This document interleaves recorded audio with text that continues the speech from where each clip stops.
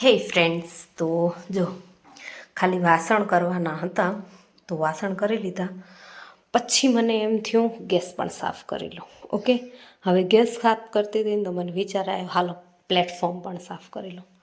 તો મેં આખું પ્લેટફોર્મ સાફ કરી રાખ્યું. બધો લોટો અહીંયા નીચે રાખી દીધો અને ફટાફટ સફાઈ પતાવી દીધી.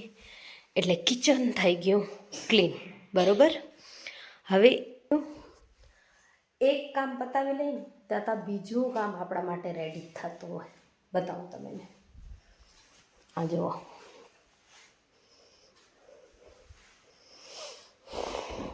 અમારા ધ્રુવેશભાઈના ધંધા. ગમે એટલી સફાઈ કરીએ, નાનું છોકરું હોય એટલે આપે ત્યાંના ત્યાં. ક્યાં ગયા હતા તો ક્યાંય નહીં. આ કામ પત્યું, આ કામ વધ્યું. ચલો હવે આ સફાઈ કરી લો.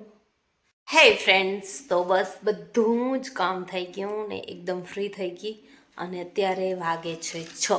ઓકે, આજે આખો દિવસ ઘરને દીધો પણ ઘર એવું ચમકી ગયું કે શું કહું તમને.